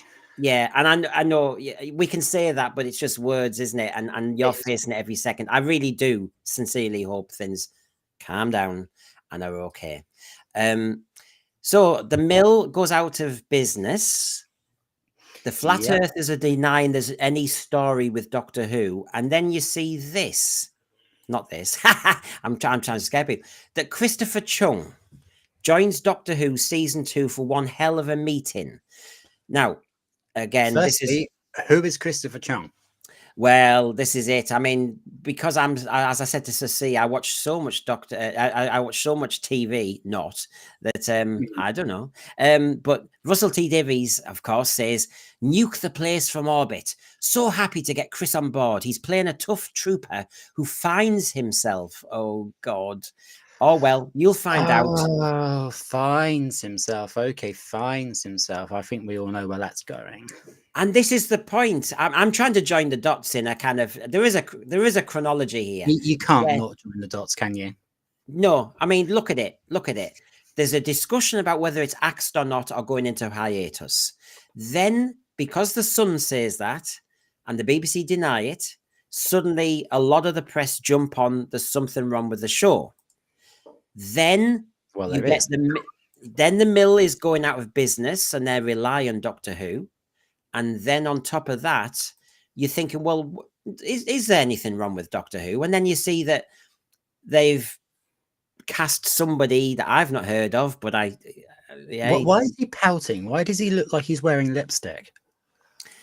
Oh, you know that RTD likes his unit soldiers. He always makes them look as ditchy as he can. You know what's happening. Unit soldiers always look like male models to me in RTD1's era. But is there something going wrong with Doctor Who, or are the flat earthers right? And you see that statement from our showrunner, and it says he's playing a tough trooper who finds himself, well, you'll find out, but this one's brutal, good luck trooper one. And you just have to go, so what's going on here? Finds himself, what, he's gay, or he's trans, or he finds his new identity. Because of what's gone on, you do worry, don't you? I mean, that doesn't please me. So when I do my season 2, hey, it's season 2, we're all ready for it, aren't we excited? And I do this kind of film segment. Well, there's going to be an opening.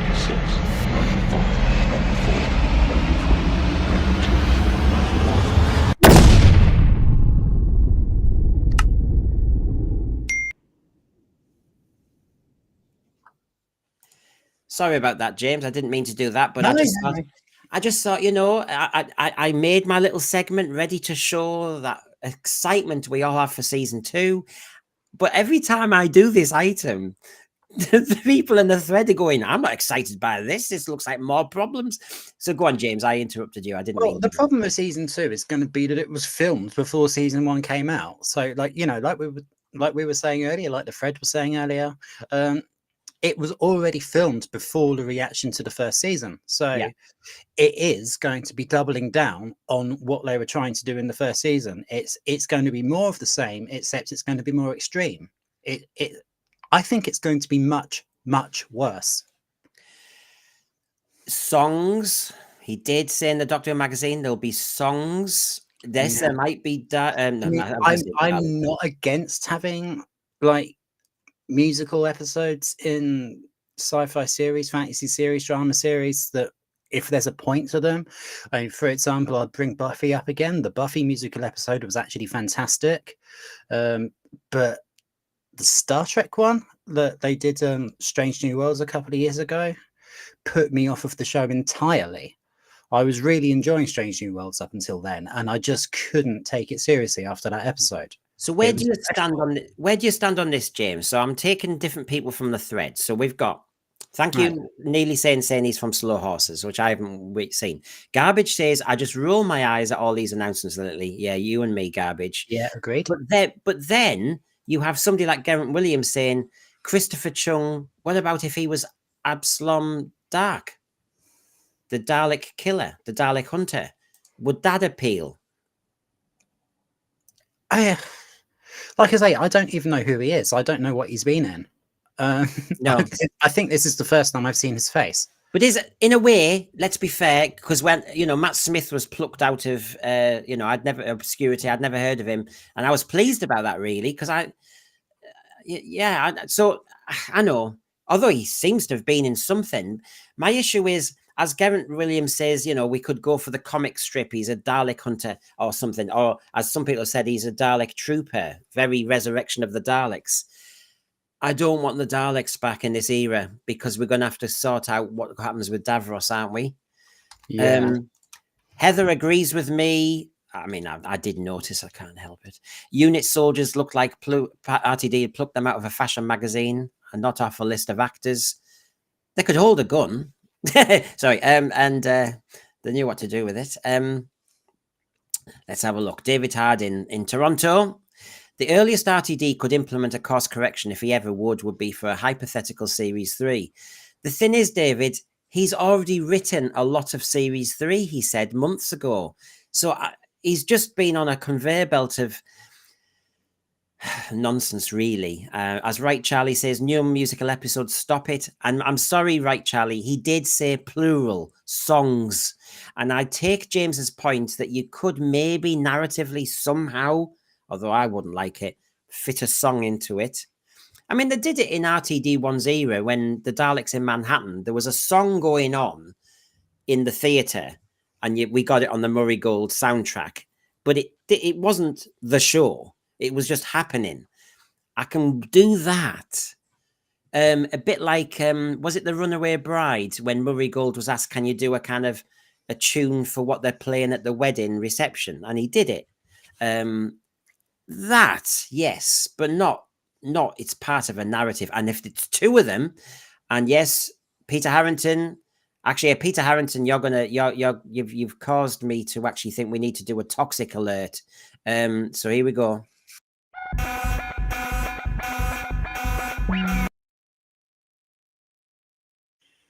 Yeah, a toxic alert, because how dare you, Peter?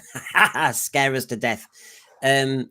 The Juno Dawson episode 6, it looks as though if it's coming out on April the 12th, the season starts. Episode 6 will land on May the 17th, which is Eurovision night. Juno Dawson said it's the most creative and expensive and da-da-da-da-da. There's at least 2 songs in this series. I can see what you're thinking, Peter, but it's a toxic idea. I don't think it's going to happen like that. I really think that Disney are going to make them drop every episode at once. I think it's all going to come out on April 12th. Then it's all over then. If you do that, because I mean, if I'm wrong, I'll hold my hands up. But that's what I see happening. Yeah. Now, this and I think they're going to do the same with the Sea Devils one as well. But he's not understanding Doctor Who fans, because look, Heather says, I hate songs. I do not want any more of the stuff we got in the beginning of this season. Then David Harding says, I didn't mind the singing Star Trek Strange New Worlds episode, but then I never saw the Buffy one. So it was something different for me. So are you saying, David, it was because of the novelty value, that it was just an interesting take rather than it kind of worked? Garbage. Well, the Star Beast should have relaunched Doctor Who. Well, this is the problem, isn't it? The female presenting Time Lords. Whoa, I can't believe that was allowed to be written. That is pretty sexist. That is pretty triggering. And it is pretty offensive, actually. Indeed. Well, it was almost sticking the finger up at the fans. It had to be. Not almost. Yeah, I know. I always pull back and I'm moderating. But yeah, the Star Beast was where that's what I'm saying. The strategy was all wrong. I wasn't even buying into the comic strip as a trigger, as a stimulus, inspiration. No. Come on, RTD, off your own bat, with your own brain and imagination, your genius, come up with a story that establishes Doctor Who again. You didn't need at that point to use the comic strip. At that point, I'm not a lover of comic strips. That's me. I know you can shoot me down, but John Yulden, not with this production. I wouldn't want nothing from the past being brought back by RTD. Just look at the damage he did with the Star Beast. There's the point. So yes, I can't. I'm not hearing any happiness really from all this, that the talk that we're getting, and so just let me say, I thought the Who fans, we really don't have much to be happy about at the moment. No, and I almost think they're either saving all the amazing announcements, or is this it? And I'm nothing against Christopher Chung, but what? He's excited that he's a character who finds himself. Can I just say, I couldn't give a damn whether he finds himself or not. I want a space adventure with the Doctor in danger. I don't care if everybody's having little meta crises in a cupboard. I don't care.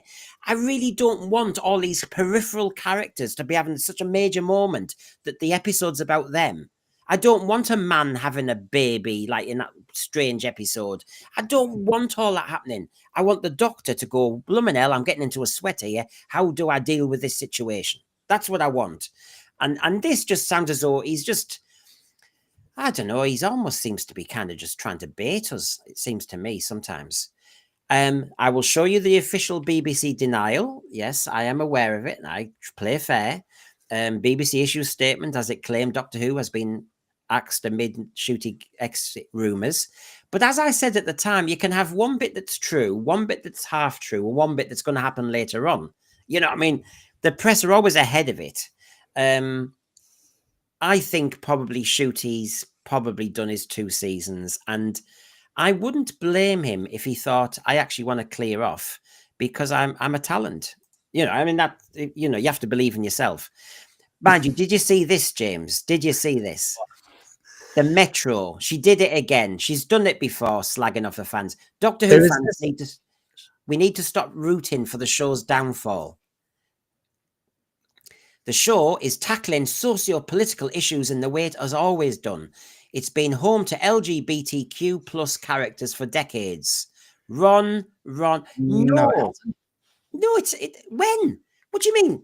Mind you, I have to say, you've got to remember how long RTD's been in charge now. It is decades. It's from 2005 to now. There's 2 decades. So I suppose that's what they're saying. In Nuwho, there's always been LGBT characters. Characters, though? What characters? I suppose Captain Jack. I suppose Bill Potts. I suppose. Well, Bill Potts is quite relatively recent. Yeah. And also was only there for 1 season. I know, but I've heard that it was also crap. I've also heard in the Doctor Who magazine that there's a little article. I read you with Captain Jack, though, and Captain Jack was a fantastic character. So much of Torchwood I didn't think was that good at all, but the 2nd season of Torchwood was really, really good.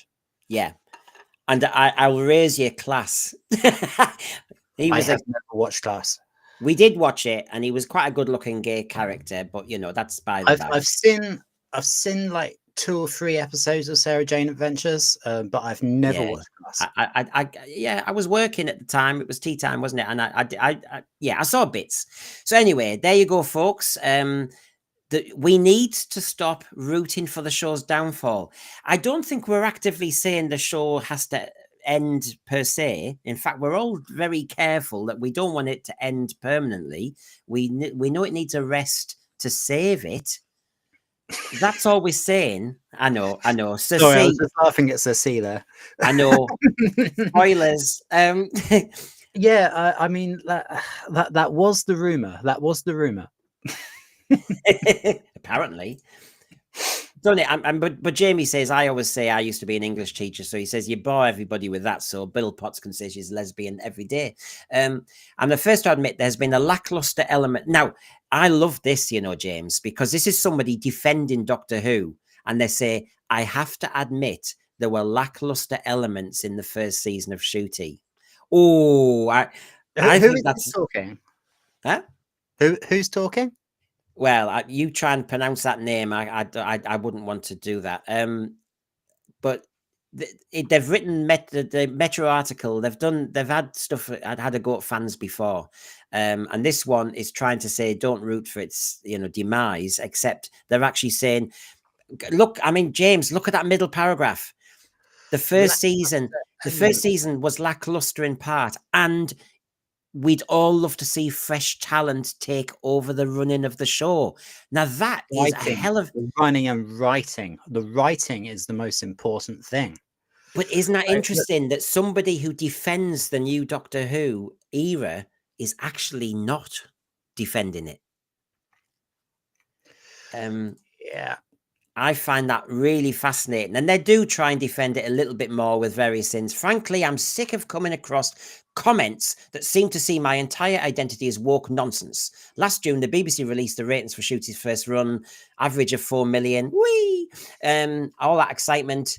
I mean, she's trying to defend the indefensible, really. Now, what I wanted to get onto as one of our final items was Shooty. You know the rumor that Shooty has possibly quit. Therefore, the rumors were that it might be axed. I don't know. We are where we are. Now, this article was fascinating. Shooty Gatwa was always doomed as the Doctor. Now, where do you stand on this, everybody? Casting a young star bound for Hollywood was a mistake. Gatwa can't revive Doctor Who, but he may already resent it.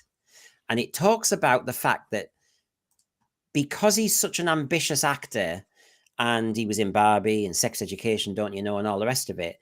And remember when he was appointed, and that first interview that I don't know if it was at the BAFTAs, when Russell Davies said, "We're lucky to have him because I can imagine 5 years he'll be the new James Bond," and he kind of hyped it all up. And as this article says, maybe that's a mistake. Get an actor who just wants to do a good job, not one who thinks, if I do this, it's a stepping stone to Hollywood, because you're going to damage them. Because if you get the show on, you've killed off their blooming career, and that's not fair. But equally, you want somebody who wants to hang around. And I think every Doctor Who fan wants a doctor that's established and hangs around, not who goes, right, it's a stepping stone, it's a stepping stone. Yeah, we don't want like a Polaroid and, you know, that was the doctor then, a Polaroid, that was the doctor the next day, a Polaroid, that was the doctor the next day. Yeah. We want a doctor who sticks around for a number of years, like, well, I suppose like Tennant did and like Matt Smith did. We want someone who actually wants to play the doctor, not somebody who wants a job or, you know, wants to get their, what's the word they use in the acting industry? Portfolio, is that right? Yeah, I mean, you know, they like to be stretched, don't they? But the thing is, look, Patrick Troughton, as you know, famously in the car park said to Peter Davison, give it 3 years and then leave and get out. Now, that might have worked for Patrick Troughton. Remember, the series was starting to tank at the end of that era. But, you know, Tom Baker breaks that. John Pertwee breaks that. I mean, John Pertwee did about 5 years. And that really established them. And if you think of the peak of Doctor Who for ratings, you had from 1970 to 1981 only 2 doctors. You know, you had a real substantial, only 2 doctors did you have available. John Pertwee, great gravitas and authority. And then after that, Tom Baker to trump him with 7 years. And you've got this really established situation with the Doctor. And I think that's where a lot of the success of Doctor Who comes from, that kind of longevity and authority and recognizability. And we don't want stepping stones like this. And isn't it funny that Doctor Who, this is when you almost want Doctor Who to be a little bit lower key. I've said for a while now, one of the mistakes is everybody wants to own Doctor Who as a political platform. They didn't want to do that before. It was just a short Saturday tea time. You could see these people weren't ambitious to be on Doctor Who in that way. It was to tell the kids they'd been in it. But now they really want to be in it to get to Hollywood, because Capaldi's Hollywood, Matt Smith's Hollywood, that they can see with new Who actors. You can see what's going on. And Sally Sparrow, she was only in Blink and way off she goes. So I can see that. And yes, maybe it is a bit of a problem. But there's so many actors out there. Now, the article is fascinating because it says the star of Doctor Who is immediately less important than the programme. That should be the case. And of course, for an actor who wants to be famous, that's not so good. But they also said banking on any talent bringing their loyal fan base to a programme is a fantasy. Nobody transforms into a sci-fi fan overnight. And there's a criticism here that when they went for an actor who, as they say in the article, not me, they say he's black, he's queer. I hate that phrase. I hate it. Let me get the right page. They say he's black, queer, and gay. And they said, you know, they've forced an agenda on us. And yes, let me get the right page. By giving him, there you go. Sorry, I apologize everybody for just having a senior moment. The hope was that the then 29-year-old Gatwa, black, queer, and incredibly popular, would revitalize Doctor Who, bringing his fans with him. At the same time as the face of its flagship drama, the actor would project to the rest of the world a statement about what the BBC wants its future to look like. James, I've never imagined I will watch something because of an actor. Really? Well, to be fair, I did. Okay. I actually started watching Doctor Who because I really liked David Tennant in Casanova. Okay. I'd never actually watched Doctor Who before, and I watched his Christopher Eccleston to Tennant Regeneration episode was the first episode I ever watched. So And I watched it because I really liked David Tennant in Casanova, which is funny because I hate David Tennant now. Well, not hate's too strong a word, but he makes me cringe. But okay. I will eat my. I went backwards from that and watched the 2005 series from the beginning, and I actually preferred Christopher Eccleston. Yeah. What about this then? When it says they were very happy to pick somebody like Ncuti Gatwa because it just made a statement about what the BBC is about. There's nothing in that statement that says about what Doctor Who's about and how they want Doctor Who to be really exciting or dark or whatever. Nah, it's just about how you look. And I think we call it virtue signaling. As a gay man, I will always say, you can see in the Middle East, they don't show anything like a rainbow flag. I don't like the rainbow flag, but the Mercedes and all them, while it's gay pride somewhere in the world, in the Western Hemisphere, they'll have all the rainbow flags in their logos, which I find, vomit inducing. But then in the Middle East, oh, no. And I'm thinking that's called virtue signaling. Donald Trump becomes the American president and suddenly Disney drop DEI. Just like that. No conviction, no belief, nothing behind nothing. It's just kind of blah. We didn't really think it was important. And then you think the BBC are really pleased that they picked Gatwa because, of course, it says so much about the BBC. What does it say? That you haven't got good storylines, James. You haven't got good scripts. You just need to bring an actor from another show. And was Sex Education that good? That massive that we needed? I must admit, I never watched it.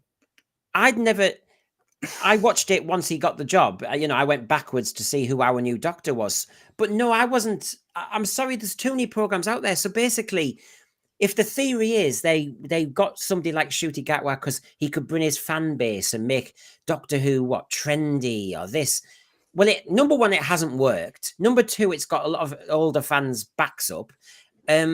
Where's the discussion of the script? I was asked by Dormant Assassin, how would you do a season, Brendan? And I was trying to give an answer quickly. But there's no discussion of that. It's just we'll have some. Yeah, but perhaps actually write a plot. Oh, now you are getting very ambitious. So the article I found interesting because yet again the press are turning. To put up with it, you've got to really want it. It can't be a stepping stone. It needs to be the pinnacle of your career, which is why Gatwa was always doomed. The Doctor can't go to LA and become a movie star. The Doctor can't play the lead in a prestige drama. The part of the Doctor is a poison chalice. It should be the role of a lifetime. Now, there's arguments within that. Patrick Troughton moved on afterwards. William Hartnell tried to afterwards. That health, unfortunately. John Pertwee did Who Done It and Wurzel Gummidge. Peter Davison very successfully did stuff afterwards. So I'm not quite sure if that argument holds water, but I get the point. If the actor wants to make a movie, that's a year and a half, 2 years gone. You've lost the actor, haven't you? But I also take it that surely there's a hungry actor out there doing the boards in Glasgow who could be plucked and actually just want to sit in this role, bit like Tom Baker did.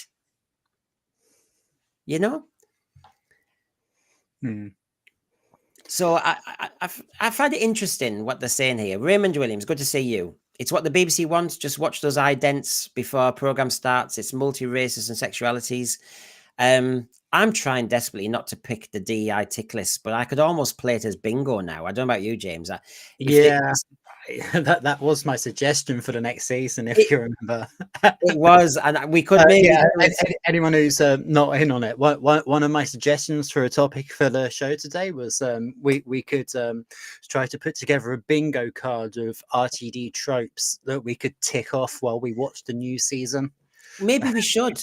No, maybe I can do that. Did the thread think we should do that, or would it be too naughty that we could play Doctor Who bingo and see if we can predict what will be in the scripts before they land? Yeah. So yeah, like the Eurovision song crossover and all the rest of it. The viewers are right. Charlie, Pertwee went on to bigger things with Wurzel. Yeah. These are skilled actors. I mean, if they're very skilled actors, they'll move on anyway. And I have to say, you look at Peter Davison. Has he ever stopped work? Well, the thing is that they were professionals. They were actually like in the profession of acting rather than trying to be personalities or celebrities or what have you. They were doing it as their actual professional job that they properly trained for. And you could probably pick up any of them and put them in another show and tell them, like, this character is this, and so you need to be like this, and they could probably just be absolutely fine with it. They could probably do comedies, dramas, tragedies, anything. And now everything is just so personality based. Like, they hire an actor on the strength of the actor's personality, and they, instead of writing something and then getting a professional actor to play the part, they find an actor who has the vibe. It's really interesting because when I picked John Pertwee, I think they thought they were getting the comedy actor, the comedy character actor, but actually, as you know, he played it very serious. Well, and I've got friends who call him the James Bond Doctor. Yeah, well, yeah. I mean, God, he was the action doctor. I really enjoyed the Pertwee era when I watched it through a couple of years ago. I've seen every single episode of that era, and I do think he was a really good doctor. I really enjoyed it. But what's interesting, I mean, I'm just watching a thread, everybody. Troughton, Davison, they've all worked. The Shooty one is interesting because he's got a team around him. I've seen the interviews, and they discuss what I find it really funny. In the old days, the actor would say a script would land on, if they're lucky, through their letterbox. They'd have a look at it, and if they're lucky, they can choose. If they're desperate for work, they'll say yes. I mean, that's the world. I find it funny that Shooty, who says he's had to fight because of black, he's as a black man, the arguments, they do the race argument. And rubbish. Well, he gave the argument about white mediocrity. I mean, yeah, he's doing an interview for the new. Sorry, that is him portraying what he's accusing. He's the one who's judging other people on the color of their skin there.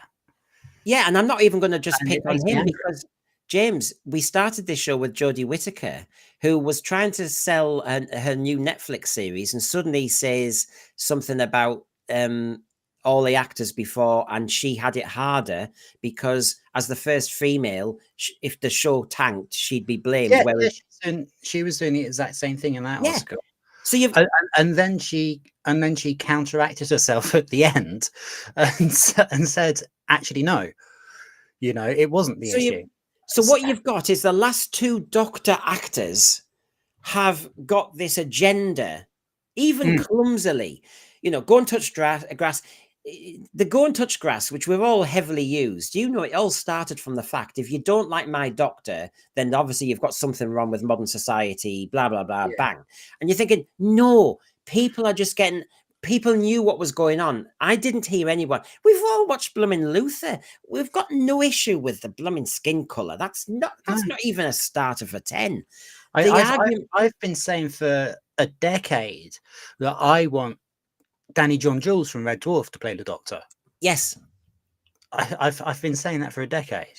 And people will say, before any of this crybaby stuff even started coming up. Yes, and therefore there's no need to talk about white mediocrity. They always get the jobs, and black privilege and all this. You're thinking, yeah. Then how come Adrian Lester is so successful? Exactly, but and he's excellent actor. But the other thing is, James, when you think about all the actors and we talk about longevity and we want somebody to hang around Doctor Who and not just see it as a stepping stone, hopefully. And actually, I want them to be successful to the point where afterwards they have a good career. But the thing is, the last two actors have got all these agendas, whereas Patrick Troughton, I can't find an interview where he waffled on about this sort of stuff. William Hartnell, no. John Pertwee, no. Tom Baker, not really, no. He talks about being the Liverpudlian and the working class bit. Peter Davison, well, he's talked about role models for boys and he got shot down. Colin Baker plays careful nowadays. Sylvester McCoy plays careful nowadays. No. So all the other Doctor Who actors have played it safe, it seems to me. Now, if you're going to start getting very political, I mean, look at David Tennant, you know, at the BAFTAs. I mean, I could just do a show on that. My God. Yeah. Killing the Proclaimers, stone dead. Emetic, I think. It was a shame. It's a shame because if I saw John Pertwee suddenly doing the BAFTAs, you know, 20 years after doing Doctor Who, and he was my doctor, and then suddenly seeing him do something that kind of gets you back up, I'd hate it. And then seeing the press... exactly what I was saying earlier. I can't even watch his classic episodes without cringing now because I don't want to look at him. And like, I wouldn't watch Casanova again because it would just make me think, what a shame where he came from and where he ended up. And that's the problem I have with the Davros Gate and everything. You know, some fans say, I can switch off. I don't, it hasn't happened when I watch Genesis. Well, I have seen it and I know what their agenda is. And it doesn't spoil me watching Genesis, but it's in the back of my head. I'm sorry, you've ruined it, mate. And so when people say this, when you see David Tennant doing what he does now, it does kind of spoil his version of the Doctor because you start to see the type of person they were becoming. Now have we done this? Our job was to do this today.